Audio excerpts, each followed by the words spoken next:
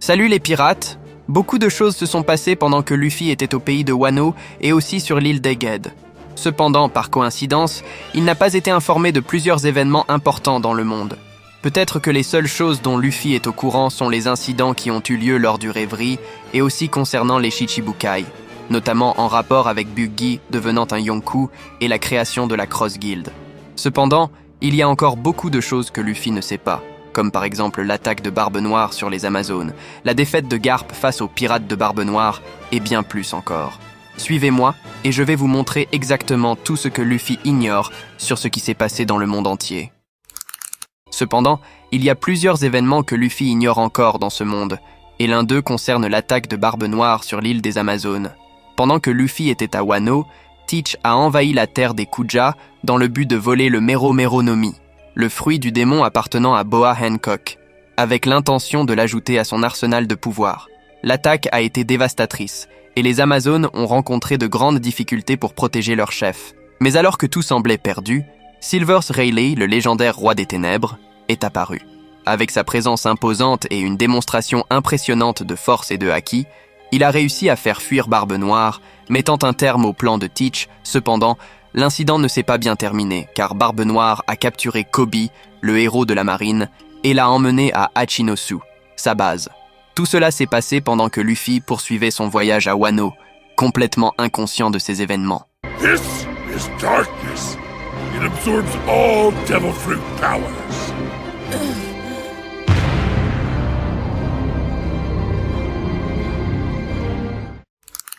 En naviguant sur la mer après l'arc de Wano, Luffy a pris connaissance de quelques nouvelles absurdes qui circulèrent dans le monde et qui l'ont complètement déconcerté. La première était le fait que Buggy, ce clown qu'il avait déjà vaincu au début de son aventure, était maintenant devenu un Yonkou. Et ce n'était pas tout. Les journaux affirmaient également que Buggy avait réussi à recruter ni plus ni moins que Mihawk et Crocodile pour travailler sous ses ordres, comme s'il était un chef suprême. En entendant cela, Luffy était stupéfait et s'est demandé comment un idiot comme lui a-t-il pu réussir une chose pareille. Il ne parvenait tout simplement pas à comprendre comment Buggy, qu'il avait toujours considéré comme un incapable total, avait atteint une position aussi absurde dans le monde des pirates. Un autre point qui a choqué Luffy fut les incidents survenus lors du rêverie. Les journaux rapportèrent que son frère Sabo avait assassiné le bienveillant roi Cobra et que la princesse Vivi avait disparu. Luffy était furieux en entendant cela, mais en même temps, il savait qu'il y avait quelque chose qui clochait dans cette histoire. Pour lui, il était impossible que Sabo, qu'il considère comme un frère et qui a un sens aigu de la justice, ait pu prendre la vie d'une personne aussi généreuse que le roi Cobra. Il a affirmé avec conviction « Sabo ne ferait jamais une chose pareille ». Cependant, la disparition de Vivi l'a rendu encore plus inquiet, car elle a toujours été une grande amie et une précieuse alliée des chapeaux de paille. We do it right and do it flashy. What do you say?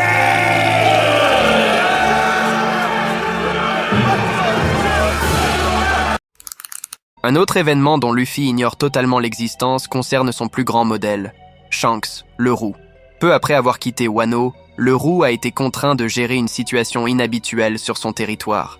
Bartolomeo, l'un des plus grands fans de Luffy, avait envahi les terres contrôlées par les pirates du roux et avait commencé à brûler les drapeaux de Shanks, déclarant que ce territoire appartenait désormais au nouveau roi des pirates. Indigné par ce manque de respect, Shanks s'est rendu personnellement sur place pour régler le problème. À son arrivée sur l'île, il a vaincu Bartolomeo sans difficulté, montrant pourquoi il est l'un des Yonko les plus redoutés. Malgré la gravité de la situation, Shanks a permis à Bartolomeo et à certains de ses hommes de partir.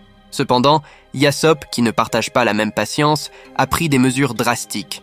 D'un seul tir, il a détruit le navire du Barrow Club, envoyant tous ses membres d'équipage au fond de la mer. Pendant ce temps, Luffy reste complètement ignorant de cette situation, sans se douter qu'un de ses alliés a provoqué un tel désordre et que Shanks a dû intervenir de manière aussi sévère. But this is Shanks' territory, and he's an emperor of the sea.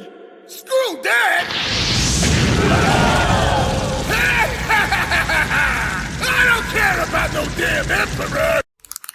Peu après que Luffy et les chapeaux de paille aient quitté Wano, un affrontement épique a secoué le Nouveau Monde.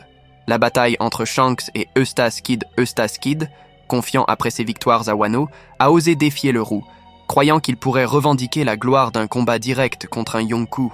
Cependant, Il a sous-estimé la puissance de Shanks et de ses alliés. La bataille a commencé lorsque Kid et son équipage sont arrivés sur le territoire de Shanks, déterminés à l'affronter. Shanks, toujours stratégique, surveillait de près les mouvements de Kid. Dès qu'il a perçu que le jeune pirate s'apprêtait à utiliser l'une de ses techniques les plus dévastatrices, le roux est passé à l'action. D'un seul coup puissant avec son épée, imprégné d'un haki des rois d'un niveau absurde, Shanks a non seulement vaincu Kid, mais a également terrassé Killer, prouvant que les deux étaient loin d'être à son niveau. Pendant ce temps, Dory et Broggy, les géants alliés de Shanks, n'ont laissé aucune chance aux autres membres de l'équipage des Kid Pirates. Grâce à leur attaque dévastatrice à Koku, ils ont complètement détruit le navire de Kid, envoyant tous ses membres d'équipage au fond de la mer. La défaite a été écrasante, et Kid a littéralement été éliminé du jeu, prouvant qu'oser défier Shanks dans le monde de One Piece est un pari dangereux que personne ne devrait tenter.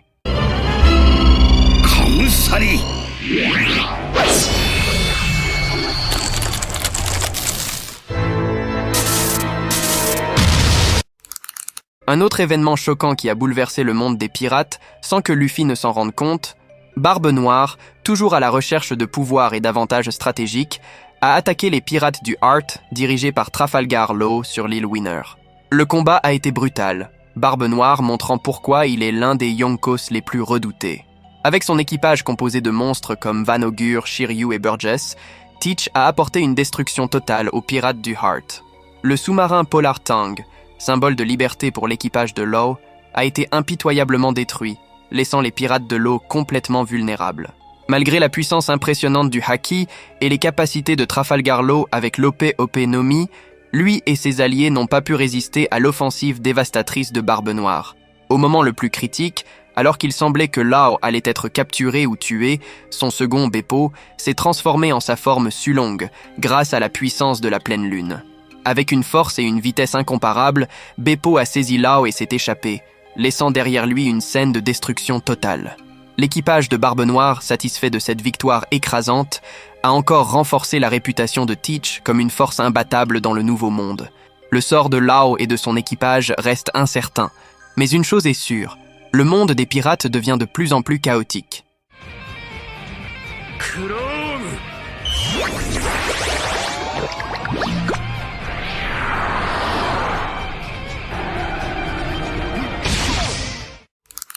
Alors que Luffy était encore à Wano, un autre événement significatif s'est produit, loin des yeux du chapeau de paille. L'amiral Aramaki, également connu sous le nom de Ryokugyu, a attaqué Edward Weevil, le soi-disant fils de Barbe Blanche. Malgré sa force impressionnante, Weevil n'a pas pu résister à la puissance de l'amiral et a été capturé, puis emmené directement à Impel Down. Cette défaite a marqué une nouvelle étape importante dans la chasse aux anciens alliés ou prétendus héritiers de Barbe Blanche. Désespéré par cet événement, Baking, qui prétend être la mère de Weevil et l'ancienne partenaire de Barbe Blanche, a cherché l'aide de nul autre que Marco, l'ex-commandant de la première division des pirates de Barbe Blanche. Elle l'a supplié de secourir son fils de la prison, faisant appel au sens du devoir de Marco en tant que l'un des rares héritiers du légendaire Barbe Blanche.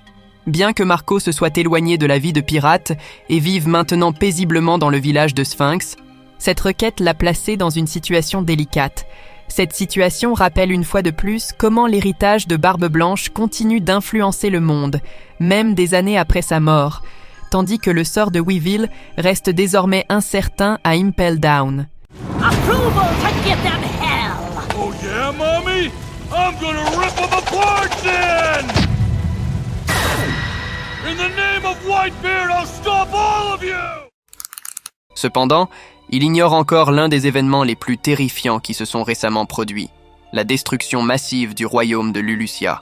Cette annihilation a été causée par une arme dévastatrice qui a rayé tout le royaume en quelques instants, choquant le monde entier par le niveau de puissance démontré par le gouvernement mondial. Le plus inquiétant, c'est que son frère, Sabo, se trouvait sur place au moment de l'attaque.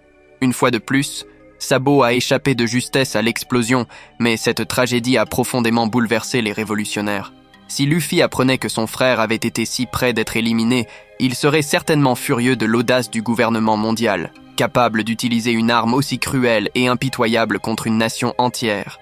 Cet événement est l'un des nombreux exemples montrant jusqu'où le gouvernement est prêt à aller pour imposer sa domination. Et quand Luffy découvrira cela, sa colère pourrait être d'une ampleur jamais vue auparavant.